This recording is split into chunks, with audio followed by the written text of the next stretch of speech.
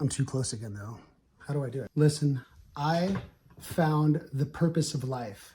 The purpose of life is about love and relationships. The very first thing you're born with as a child is a relationship or you die. Now, if life is about love and relationships, we have to define pure love. Pure love is acceptance without judgment. It's that simple. Anything else that you add to it is just saying the same words in a different way. And anything you take away from it, if you stop loving somebody or you're judging somebody in their journey and you're taking love away, you're withholding, you're not talking to them, that's conditional love and that's not pure love. The purpose of life is about love and relationships, and pure love is acceptance without judgment.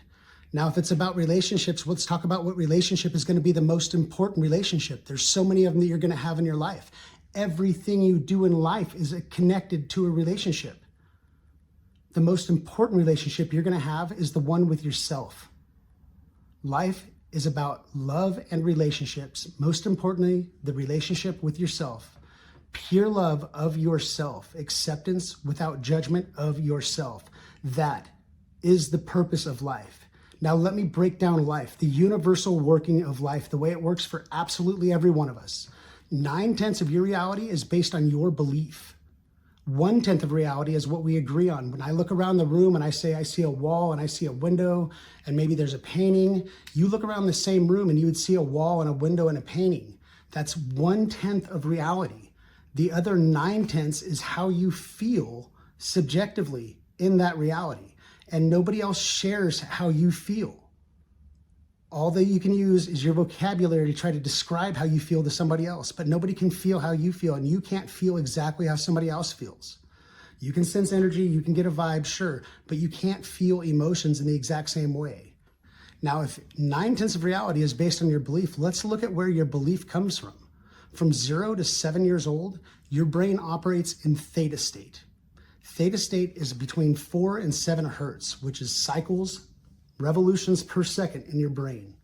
Right now, your brain is operating probably in beta state, which is 30 hertz or 30 oscillations per second. You're very tuned in, you're listening, you're thinking about your journey, how it relates to the words coming out of my mouth. That's where your brain operates. It's right between awake and asleep for the first 7 years of your life. Imagine when you're talking to a child is interpreting what you're saying at a much slower rate. They're watching everything, they're absorbing everything. What's happening in theta state is you're actually bypassing your awareness, which is 5% of your brain. The other 95% is subconscious. You are programming your subconscious with your belief system from 0 to 7 years old, the way you believe the world works. The next time you're going to challenge your belief system after 7 years old is probably when you learn about Santa Claus.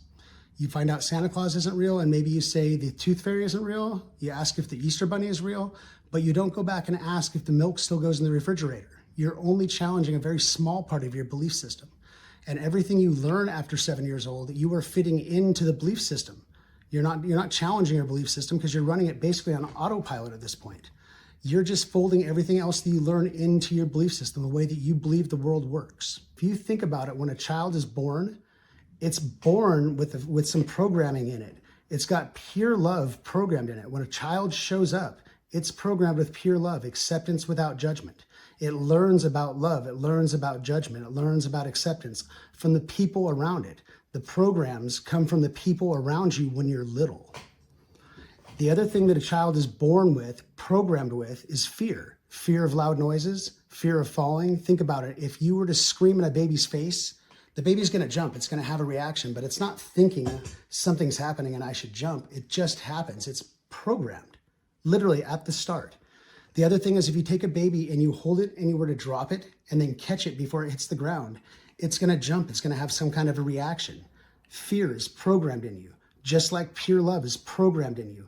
Right from the beginning. Everything that you learn after you're born, you learn to love or hate, is based on experiences. Other people showed you everything that you know. You don't actually have a thought that belongs to you and you alone, that came from you. You take thoughts from other places, podcasts, books, teachers, kids at school, parents, friends, and you're a conglomerate of all the thoughts from all the different places. Read a book, get some ideas from a book, and then regurgitate those. You say, this is who I am. But if you learned everything that you know from somebody else, then it's not who you are, it's who you learn to be. You're off the hook. You learned everything you know from somebody else. You're literally right now operating a program that somebody else showed you somewhere else along the way. It was never yours to begin with. You're right now acting out on autopilot. If you're unaware of this, on autopilot, you're acting out what somebody showed you, most likely really early in life, how you act and react to certain situations. And it's all based on emotions. If you were to distill life down to its most simplistic and pure form, what are we doing? We're living in a present moment only. The only moment that's real is the present moment, because it's the only time that you can feel emotions. If you think about something from the future or something in the future, you don't feel the emotions in the future. You feel the emotions now, in the present moment. If you think about something from the past, you don't feel the emotions in the past. You feel them now, in the present moment. And what you're feeling emotions is based on the thoughts in your head. So if you distill it down, you're living in a present moment only. Feeling emotions based on the thoughts that are in your head. And if you realize you can control the thoughts in your head, then you can control the emotions that you're feeling. And that's what life is. You're always feeling emotion. There's emotion connected to absolutely everything that you do. If you're resting, if you're calm, if you're relaxed, there's emotion attached to all of that. You just got to pay attention to it. We pay attention to the emotions that pop out the most. The ones that happiness, depression, anxiety. But what about just when you're calm and when you're on your way to work and enjoying something and just like looking at the trees or looking at the desert or wherever you're at and enjoying the scenery? There's an emotion connected with that too. We're just feeling emotions. Like that's what we actually are doing here. We're feeling emotions, and the emotions are always connected to love in one form or another. If you hate somebody, you care enough to hate them. Caring is a form of love. If you really didn't care about somebody, you wouldn't have an emotion towards them at all, because they probably don't even exist in your reality. The only things you care about are the things you give attention to. Right now, what we're going to get into is the subconscious. I told you earlier that 5% of your mind is your subconscious. That makes up the ego. You know, my name is DJ, so that makes up DJ. 5%. The other 95% is subconscious. It's doing all kinds of things, breathing, blinking, but it's also doing thinking for me. Imagine, you remember when you were 16 years old and you were learning how to drive, how immersed you were in driving? You had to watch the road, you had to watch the lines, you had to watch for pedestrians, you had to watch your mirrors, you had to make sure you weren't speeding. If you're using a clutch, you had to watch that. You had to watch your speed, you had to watch out for the adult next to you. You had to keep your mind on so many things that you couldn't think of anything else while you were first learning to drive. But as you got better and better at it, you were able to start thinking about something that was going on either in the future or in the past, maybe something that you have to do when you get to work or when you get to school, and you're driving along and then you look up and next thing you know, you've missed your exit. In that moment, if you were thinking about something else, 5% of your mind was thinking about something else, it can't do two things at once. It can jump back and forth really fast, but it can't hold two thoughts at the same time. So when you start thinking about something else while you're driving, it's now your subconscious. The other 95% of you, that subconscious has been conditioned to do what you do. It drives just like you drive. So when you're autopiloting along, if you're somebody that drives fast, then you're going to have a subconscious that drives fast just like you. So you'll look up and you're doing 85, 90, passing everybody while you're on the phone with somebody. It's like, and then if you're a just slow driver, you'll autopilot, be on the phone with somebody, and you'll look up and you're behind a truck doing 50 miles an hour on a freeway where you could be passing and there's absolutely nobody next to you.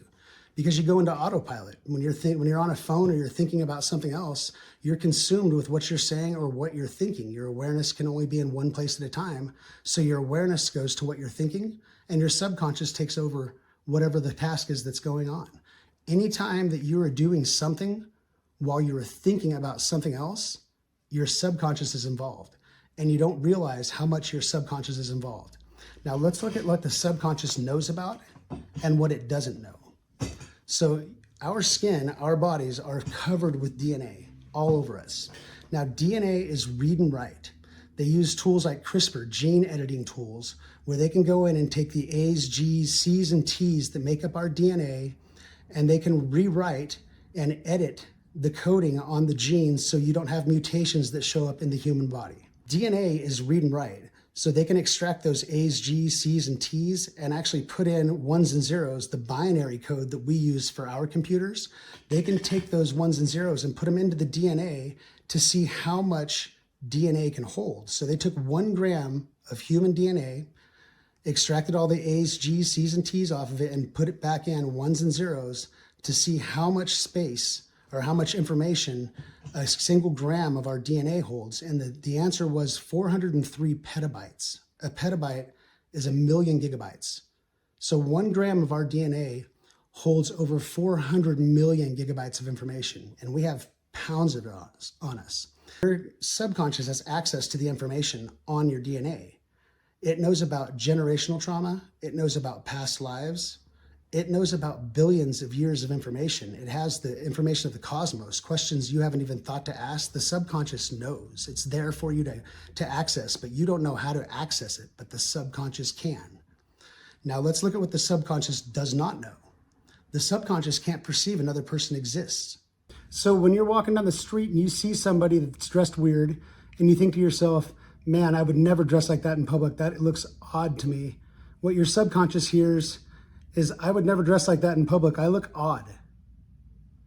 And conversely, if you see somebody, you admire them, maybe you pay them a compliment, you say, wow, you're beautiful, or you have great eyes, or that's a great top, or something like that. Your subconscious hears, I'm beautiful, I've got great eyes, I'm wearing a great top. Whatever you've said, the subconscious takes that literally. It doesn't perceive another person exist. It's literal in the way that it understands the world. It's like if you think about your brain locked inside of your skull, it can't see anything. It's using sensors, your eyes, our ears, taste, touch, feeling, all of that. Those are sensors like a Tesla has to try to stay in between the lines. Well, that's our brain is locked in our skull. It can't actually see what's going on outside. So what you're actually perceiving is you're perceiving light bouncing off of particles and going into your eye. It turns upside down in the eye canal, and then it goes to the back of the brain and spits out an image. The image, the world that the brain locked inside of your head believes is going on. We all agree on the objective universe. We see that the same. But what we don't know is if we're seeing it as it actually is. We're seeing it as our brains perceive it. Now, let's look at the impact of that. There's 95% of your mind, your subconscious, cannot perceive another person. Well, if the image goes into the back of the brain and spits out an image, what is the subconscious showing us? Because that's basically where most of our understanding of the world is coming from at a subconscious level. You know, we're not consciously looking at light rays, trying to figure out what they mean and then computing them into the image that we see. That's happening in the programming in the back of our brain. So it's happening from a subconscious level. What is the subconscious showing us? Well, here's what it's showing us. It thinks it's alone because it's actually right. Subjectively, you are alone in your reality. Now that's a deep, deep idea.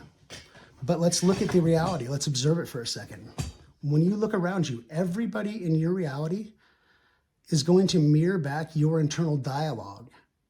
You just have to look at it. Sometimes it's layered. Sometimes it's the thing they're actually saying to you is a conflict or something you're saying to yourself. So when somebody mirrors back to you, this is where the whole idea of mirrors come from. It's not just some mirrors. Everybody in your reality is a mirror of your internal dialogue. So if you are having a conflict with yourself and somebody comes to you and they tell you about how when they were at work today, their boss was doing this and doing that and how their boss is always out to get them. If your internal conflict, what you're going through isn't something like with your boss, but it's an internal conflict with yourself, accepting yourself, the way you treat people, the way you treat yourself, so on and so forth, you're going to see a reflection that shows you that. Understand, you may not be dealing with a boss relationship. You have to look through the layers sometimes of what the mirror is saying to you.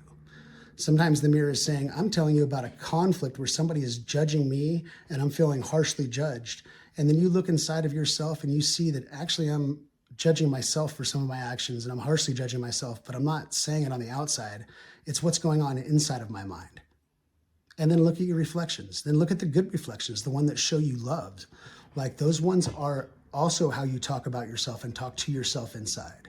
Understand there's a whole bunch of you. There's a whole part, all these different parts of you that were programmed into you by the people around you. You're emulating the people around you, the way they act and react. Somewhere along the way that you act and react to certain different situations, that's who you learn to be. And remember, you're repeating a program that somebody else showed you.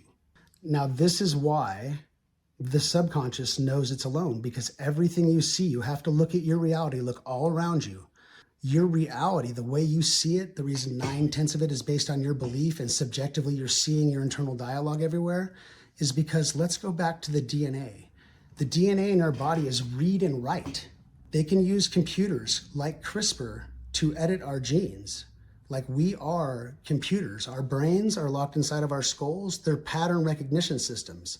They're recognizing patterns of light that come in, our brains are, and spitting out an image. And what we're seeing within ourselves is everywhere around us. And the reason this is happening is because we are in a simulation. Listen to Thomas Campbell talk on Joe Rogan's podcast. He just came on. He's a 78-year-old physicist that is talking in science. He's got it the closest of anybody what the purpose of life is and what's going on here. But he's telling you objectively what's happening. And if you listen to him, you'll hear me saying the same things that he's saying. I'm just saying it slightly differently, and I'm giving you a different understanding because he told you in his video, if you listen to it or if you go listen to it, he will tell you that life is about like love and helping each other. And he's stumbling all around the actual purpose of all of our lives, but it's to love ourselves. The reason that you see anybody else's energy, that you see and perceive another person, your 5% of your mind is what perceives the other person. That's what makes you see them, but they are real. Everybody around you is actually going through life as they're sharing it with you. And that's what's so cool about this reality, about this virtual reality that we're in. Because over top of this virtual reality is like a mesh net. That mesh net connects all of our consciousness together,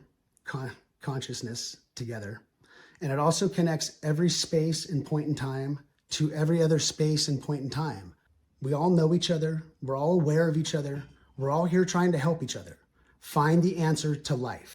Time travel, dimensions, they're happening all around us. We just can't perceive them. And we will shift timelines in an instant. We'll do it when we get up out of our chair and we blink our eyes and we get up and we're like, or you walk into another room. And as you walk into that room, all of a sudden you forget why you're in there.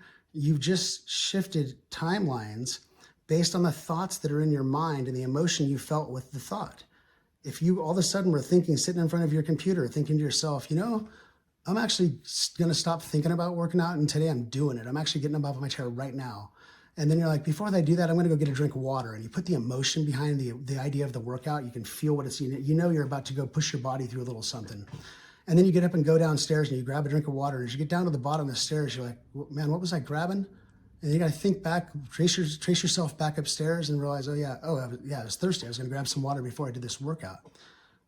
What most likely happened if you walked downstairs and just had that glitch for a second, you most likely shifted into a timeline that shows you what a path of continuing to work out will look like. And then if you lower your vibration, you feel less emotion because you're not pushing yourself to work out. Suddenly you'll shift back in the other timeline. And you can go into an even lower vibration and shift into another timeline that shows you not only not working out, but treating all of your relationships horribly because you're treating yourself horribly. Because you're just here learning about yourself. Now, the reason that our subjective reality is all by itself, because you're only going to see reflections of yourself. Think about it. Now, when somebody says something to you, what they're saying is real. They're actually experiencing the thing that they're saying. That's why this virtual reality, it's so complex. You can't make it up with ones and zeros. It takes more code than that. Why? A's, G's, C's, and T's. More code, more complex, more complexity, to where they're going through their subjective reality, only feeling their emotions. But when they share with you what they're going through, it's real. And when they share it with you, if you look inside of yourself and listen to yourself, you will see a mere reflection of your internal dialogue, also theirs. Let that sink in. That's deep.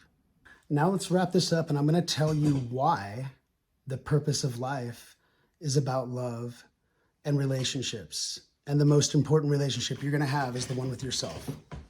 Why is that so important? Why is that the purpose of life? A lot of people don't ask because they resonate with what I'm saying. They can see what I'm saying. It just hasn't been pointed out to them. Now I'm going to drag you into the weeds, but I think I already have. Let's talk about reincarnation. Let's talk about past life. Let's say that we get to the end of a life, and at the end of that life, we didn't find our purpose in life. Not the path we're going to take and do our purpose on. We didn't find our purpose in life.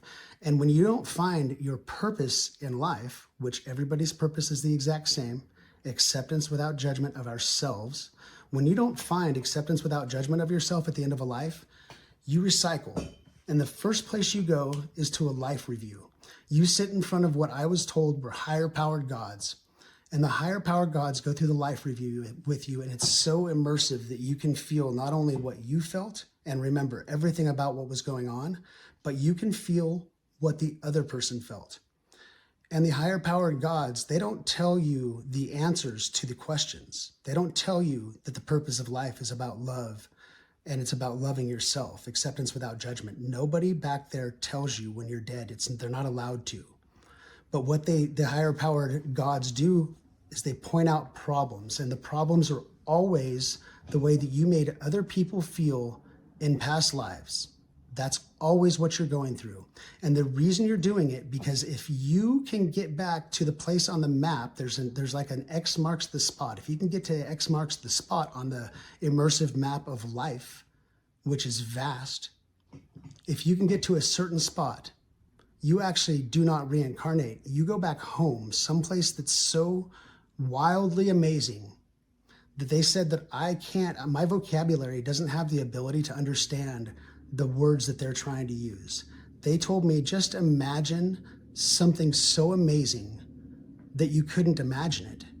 And then they told me, good luck imagining something that you can't imagine. Now, if you get through life and you didn't find the spot on the map, and the spot on the map is a compass that's installed in you, and you know this in the afterlife. They tell you this, that when you go into life, you have a purpose in life, and your purpose in life is programmed into you in the very beginning of life, but they don't tell you what the program is. They don't tell us. Think about when you're born. You're born with pure love, acceptance without judgment of yourself or anybody around you, because you don't know how to. You are set with the coordinates to get back home.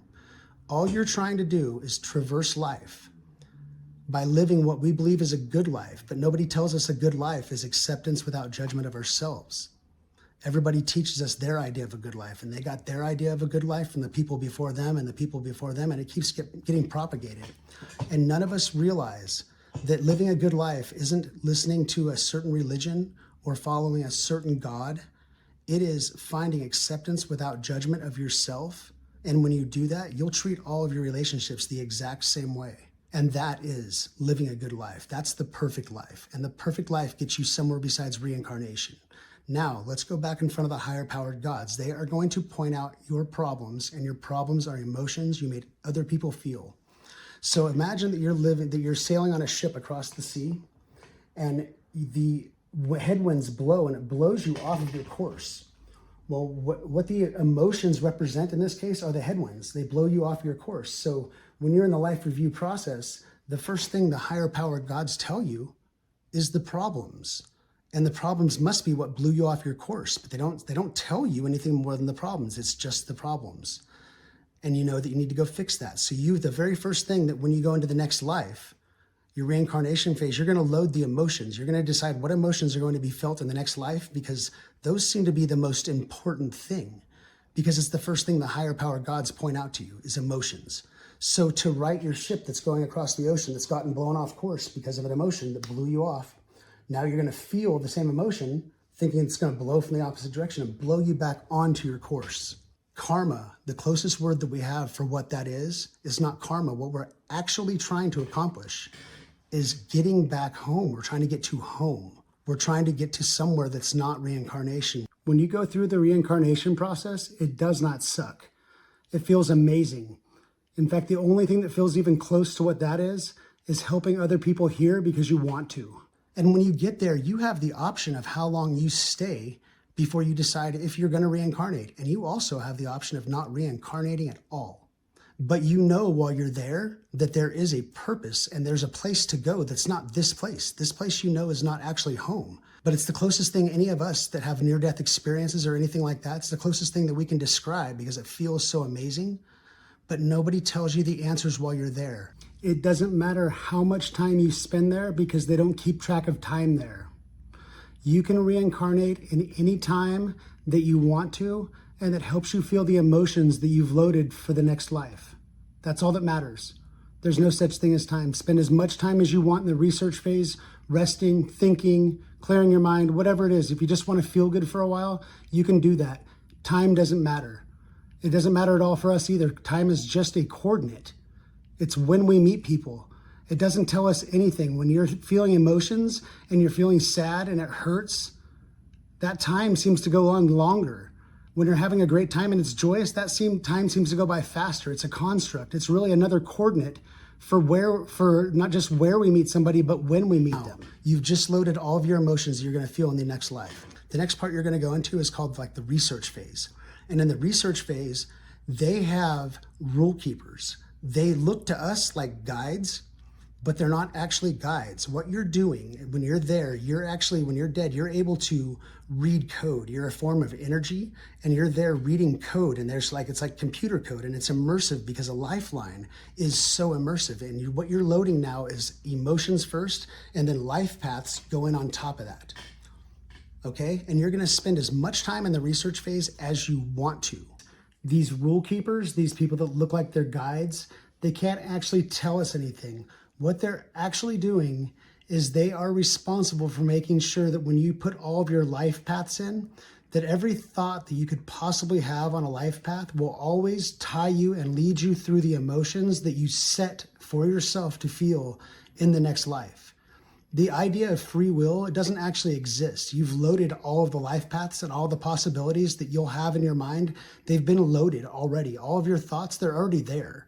Let that sink in for a second. So since they're all there, it doesn't matter what thought that you possibly take. You have the ability that if you come up with a thought, you can actually go do that thought. Whether it's living in Tahiti, living in Idaho, you have the ability to walk yourself there. Sure, are there things that try to stop you from doing certain things? Sure they are, but they don't actually stop you unless they stop you, which means you have the ability to do whatever you want. Any thought that you can come up with in your head, you can go pursue it.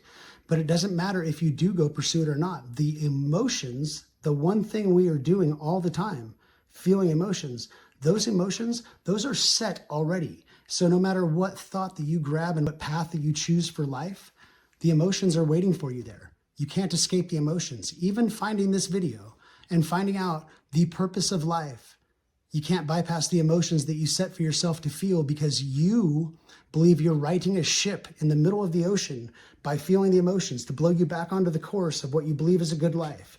If I go feel the thing that somebody else felt that I made them feel, then that'll get me back onto my course. And then if I treat people well, if I live what other people have taught you as a good life, then you believe that if you get to the end of life, you'll actually be to the home coordinates. Instead, if you didn't realize the purpose of life is about loving yourself, acceptance without judgment of you. If you don't realize that, you just reincarnate again. And there's people that have been reincarnating thousands of times trying to get this right, trying to find this information in the life path because nobody tells you the actual purpose. They just tell you you're loaded with it. You're pre-programmed with it when you come into life. Acceptance without judgment. If you get to even the very end of life and you can find acceptance without judgment, true acceptance without judgment of all of yourself, not 97%, all of it, you can still get back home. It's never too late to write the coordinates. It's all about you, the whole thing. What's important is this message they told me. No matter what feeling I have when I get there, how good it feels and how amazing it is, that nothing will make me feel better, even when I'm there, than helping people here on this earth, in this plane, in this dimension, because I want to, not because I have to. If you made it this far, I'm impressed. So I'm going to wrap it up and I'm going to say this. The prefix of purpose is PUR. And I've said life is about love and pure love, which is the prefix of pure, P-U-R. So purpose and pure share the same prefix. Pure is without blemish. And I'm saying the purpose of life is pure love, love without blemish. And the best way to describe love without blemish is acceptance without judgment. And then the word purpose itself, P-U-R, it means set forth beforehand. And the word pose in the word means suggested or intended. So if you use those words together, pure and then purpose, It's the purest intention or suggestion that you set beforehand. What a great way to close this out. If you guys want to get a hold of me, go to lifeequalslove.com. My email address is on there.